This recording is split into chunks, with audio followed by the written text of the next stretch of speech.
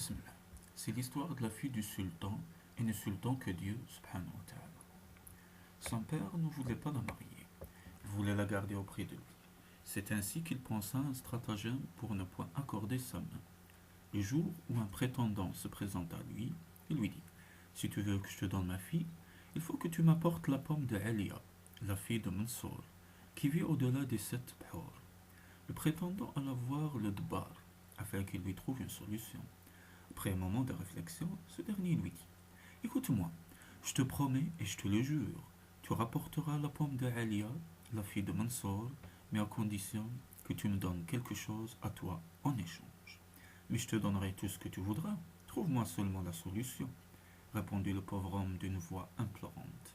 Alors donne-moi une de tes oreilles, et je te dirai ce qu'il faudra que tu fasses. Le prétendant accepta et donna son oreille au Dbar, qui lui dit: Va trouver 7 beaux morceaux de viande, et ensuite va voir l'aigle qui niche à tel endroit. Dis-lui de t'emmener au-delà des 7 mers, et qu'en échange, tu le nourriras durant tout le voyage.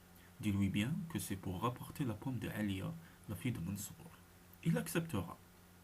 Le prétendant courut vers l'aigle avec les 7 morceaux de viande. Le marché fut conclu, l'aigle l'emmena et il revint très vite avec la pomme de Alia, la fille de Mansour, qui vit au-delà des 7 bhors.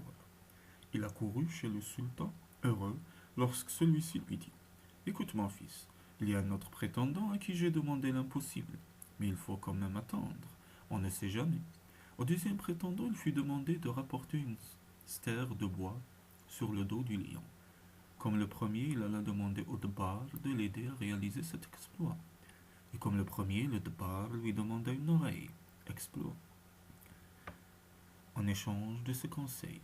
Il la lui donna et l'autre lui dit: Choisis le plus beau des moutons, égorge-le, dépece-le et place-le devant la tanière du lion. Fais ceci durant 7 jours et ensuite tu verras.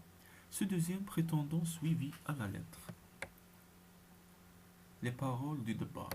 Le 7e jour, il entendit le Brrah crier: Ô homme, le roi de la forêt vous dit que celui qui l'honore chaque matin de ce festin si somptueux se fasse connaître. Tous ses désirs sont exaucés. Le prétendant alla se présenter au lion et lui dit: Ô roi de la forêt, je veux épouser la fille du sultan, et celui-ci me demande l'impossible. Que veut-il? Dis-le-moi, lui répondit le lion. Pardonne-moi, ô lion, mais il voudrait que je rapporte une stère de bois sur ton dos. Dit le lion. J'ai promis que j'exaucerai les désirs de celui qui m'a si bien nourri pendant 7 jours. Je n'ai qu'une parole, alors allons-y. Et il alla avec lui jusqu'au sultan, une stère de bois sur son dos. Mais le sultan lui apprit qu'il y avait un autre prétendant à qui il avait demandé l'impossible, et qu'il fallait attendre.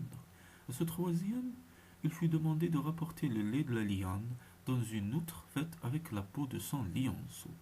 Comme le premier et le deuxième prétendant, il courut vers le Dbar et lui dit: Ô Dbar, aide-moi, je te donnerai une oreille et même 2.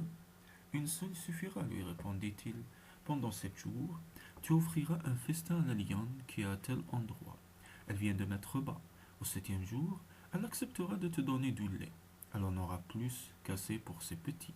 Lorsqu'elle sera repue et qu'elle s'endormira profondément, tu iras lui dérober un des siens. Emmène-le chez toi, égorge-le et travaille sa peau pour en faire une autre. Tu y mettras le lait. Ce troisième prétendant fit exactement ce que lui conseilla le Dbar. Et 7 jours plus tard, il accourut chez le sultan tenant l'outre pleine de lait. Le sultan discutait avec un quatrième prétendant. Pendant ce temps, le Dbar montait sur son âne à l'envers, se promenant en ville et chantant: Hein, hein, hein, hein, hein. Je fais partie de la famille du sultan. Le sultan, ayant écho de ses dires, ordonna qu'on ramenât ce fou jusqu'à lui, sur le champ, afin qu'il mette fin à sa vie. On le lui ramena. Tous les prétendants étaient là. Alors le sultan, s'adressant au Dbar, lui dit: Toi qui prétends faire partie de ma famille, sais-tu que tu vas mourir aujourd'hui? Regarde ces hommes. Ils ont tous accompli l'impossible, et je n'ai accordé la main de ma fille à aucun d'eux. Et toi, toi qui ne t'es même pas présenté à moi, tu prétends faire partie de ma famille? As-tu quelque chose à dire avant de mourir? C'est alors que le Dbar lui répondit: Ô sultan, si ce n'était moi, jamais celui-là n'aurait rapporté la pomme de Alia. la fille de Mansour, qui vit au-delà des 7 Bahur. Et celui-ci, c'est moi qui lui ai expliqué ce qu'il fallait faire pour apporter une stère de bois sur le dos du roi de la forêt. Et cet autre-là, c'est encore moi qui lui ai montré ce qu'il fallait faire pour apporter le lait de la lionne dans une outre faite avec la peau de son lionceau. Les autres s'écrièrent: C'est faux, ce n'est pas vrai. C'est un menteur et un vantard. Il faut punir sur le champ. J'ai la preuve de ce que je viens de dire, dit le Debar, ô mon sultan. Si vous le voulez bien, vérifiez s'il ne manque rien à ces hommes.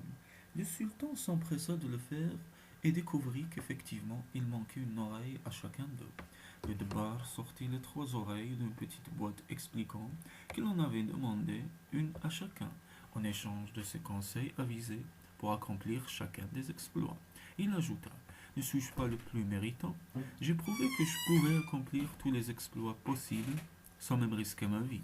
Je pourrais donc m'occuper de votre fille, exaucer tous ses désirs, et les vôtres aussi, toute votre vie durant. N'est-ce pas suffisant pour que vous m'accordiez sa main, ô mon sultan? Le sultan accepta et maria enfin sa fille, en se disant qu'il ne trouverait jamais un homme aussi rusé et aussi intelligent que celui-ci.